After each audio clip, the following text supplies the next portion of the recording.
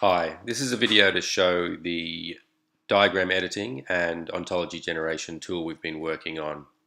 It's very much a demo at this stage, but hopefully there's enough there to show you the direction we're going and the kind of really nice features we can get out of drawing diagrams and generating ontologies from them. The tool itself runs inside a web browser. So here's a standalone version that I'm running at the moment, but there's an equivalent version that runs inside Web Protege. So the difference is that here we're going to draw a diagram and generate an ontology and get back an OWL file, whereas in Web Protege you draw a diagram and it just becomes part of the Web Protege project you're working on. So in the tool itself we've got some file operation buttons, create a new file, load a file, save a file, and generate OWL from what you've made. Then there's some details tabs, and then we have some drawing tools. So some selection and movement tools, some zoom in and zoom out, undo, redo, delete, and then some drawing tools. So I'm going to quickly talk through what the drawing tools are, what the diagrams that you produce are, and what they mean. And I'll do this by way of some examples.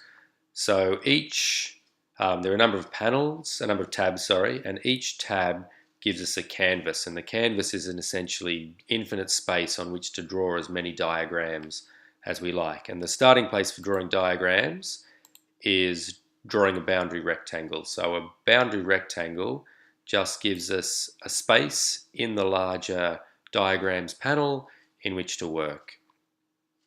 So for example, in this panel I can draw, in this boundary rectangle I can draw two curves. Let's call them A and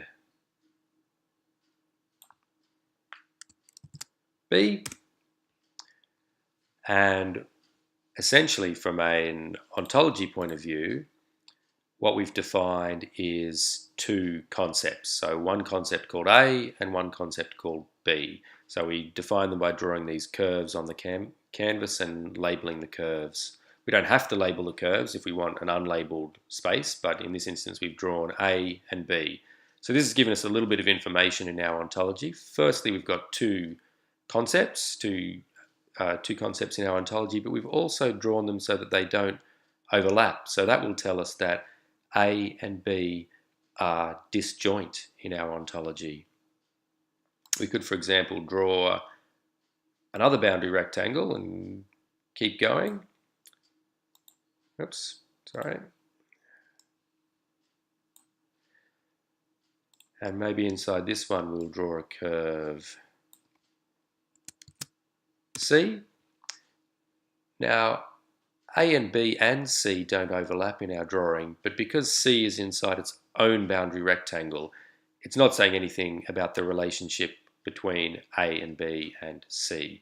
But if in this rectangle now I drew, for example, D, I've drawn D completely contained by C, and that will tell us that D is subsumed by C in the usual way for an ontology. There's some other tools, some other features we can add to our diagrams. So for example, we can draw spiders. Now a spider is really, it's a term that comes from the original diagram notation, but for an ontology person it means an individual. So I can plonk an individual in here, let's call it lowercase c, and this tells us that there's an individual in our ontology. It's called C, and in this instance it's telling us it's an individual in the concept C and not in the concept D. I could, for example, also drop on a D, and this would be telling us that D is an individual. It lives somewhere inside thing, but definitely not in C or D. If I think I've made a mistake, I can change my diagram slightly. I might want to say that, well, whoops, D shouldn't have been subsumed by C. Part of D is subsumed by C, but part of it is not. And then maybe I want to say that lowercase d really did live inside D. We can make arbitrary intersections between curves. So for example, I could draw over here a curve that intersects A and B. And this doesn't tell us that it's subsumed by either A or B, just that it has some intersection with them. Another feature of the diagrams is I can shade parts of the diagram. So for example, I could shade that section there, and shading indicates emptiness. It indicates that there's nothing in there. So in this case, that would indicate that this unlabeled curve that I've drawn is subsumed by the intersection, by the union, sorry, of A and B, and that the area that's not in A or B is empty. I could continue to shade, for example, and if I shade the part in A, that'll just tell me that the unlabeled curve is subsumed by B now, because the rest of it is empty. So there's some basic diagram drawing pieces we have. We can go a little further and draw arrows between concepts. I just created a new tab. We can have as many tabs as we like. So as well as having a diagram space that allows us infinitely many boundary rectangles and infinite complexity inside those rectangles, we can also have new tabs if we want to partition our diagram, our ontology up further. So this allows us to have, for example, modules or whatever else in our ontology that we can draw separately and have different pictures for. So another thing I could draw, for example, is arrows which indicate properties. So let's do a little pets ontology here. So let's say that there are, I don't know, a concept of animal, and maybe some animals are pets, and maybe we have also person, and I'm going to put an unlabeled curve inside here as well. And now I can draw an arrow from pet to person, and let's give this the label owned by. So this will tell us that there is an object property called owned by, and owned by, all pets are owned by some person. So we've also said that pets are kinds of animals and that people are disjoint from animals. You might question that particular commitment there, but the point is that we can pack quite a bit of detail into a fairly simple diagram, and quite a few inferences into a fairly simple diagram that in a description logic sense would take a number of disjoint statements that you can't look at in one instance into account. So the diagrams are a really nice way of specifying quite a bit of information. So the diagrams themselves actually have a formal semantics. So this is the concrete syntax of a formal language. That formal language has got a precise mathematical semantics in the same way that that Schroik or description logic has a precise mathematical semantics. And what's going to happen under the hood when I click the little owl button and generate the owl is that we're going to generate from the picture, generate the formal meaning of these pictures in terms of diagrammatic logic, and then produce a transformation from that diagrammatic logic to owl2. So it's a sort of completely formal transformation. So unlike most diagrams for owl, which are ad hoc and have multiple meanings for things and whatever else, this is a completely formal, completely rigorous mathematical translation from a diagram to owl. So it's a really neat way of getting a diagram that means what you think it means and translating it to owl. The diagrams themselves are actually a little bit more expressive than owl is, so we have to make a couple of syntactic restrictions in the drawing and stop you making a few kinds of drawings that you could otherwise make in a diagram. But once we make those restrictions, then we get a correspondence with owl, and you can draw just owl.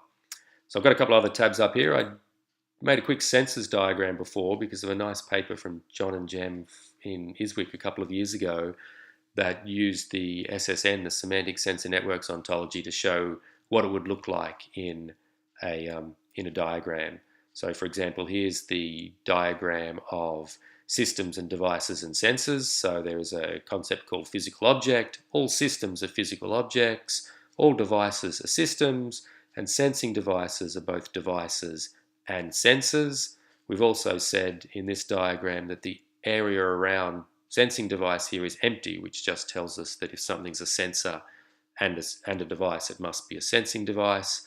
And the diagram also tells us that there are kinds of sensors that are not physical devices, which was a sort of an implicit statement in the ontology itself, but it comes out really nicely in the diagram. And similarly over here, we can give another piece of the diagram of the semantic sensor networks ontology. For example, there are properties, which are observable things. There are measurement capabilities, which are properties, and measurement capabilities describe a sensor's measurement ability. Each sensor has some measurement capability, and each sensor observes some property. But we also get this nice bit here, which was implicit in the original description, which tells us that what one sensor observes might well be the measurement capability of another sensor. So, for example, one sensor might be observing the latency or frequency or some other aspect of another sensor. So these diagrams, as well as being formal and packing a lot of information into one picture, they can help draw out some of the implicit information from an ontology. So the diagrams I've shown you so far, this one, the sensors one, and our one about pets, these are all what we call concept diagrams. So they describe concepts in our ontology and they introduce some of the properties. But there's a couple of things that are awkward to say in this sort of diagram. So we have another kind of diagram called a property diagram, which is essentially the same. It just introduces this little star. And what this allows us to do is just quantify over the arrows in a different way. So whereas this diagram just told us that all pets were owned by some person, this kind of diagram is going to give us more restrictions over the property itself rather than restrictions over the concepts that the property helps define. So in this case, for example, because owns has some range and teaches has some range, but those ranges are drawn disjoint, that's going to tell us that owns and teaches are disjoint object properties. And similarly, because grades is completely subsumed by, or the curve that grades hits is completely subsumed by the one that teaches hits, that's going to tell us that grades is a sub-object property of teachers.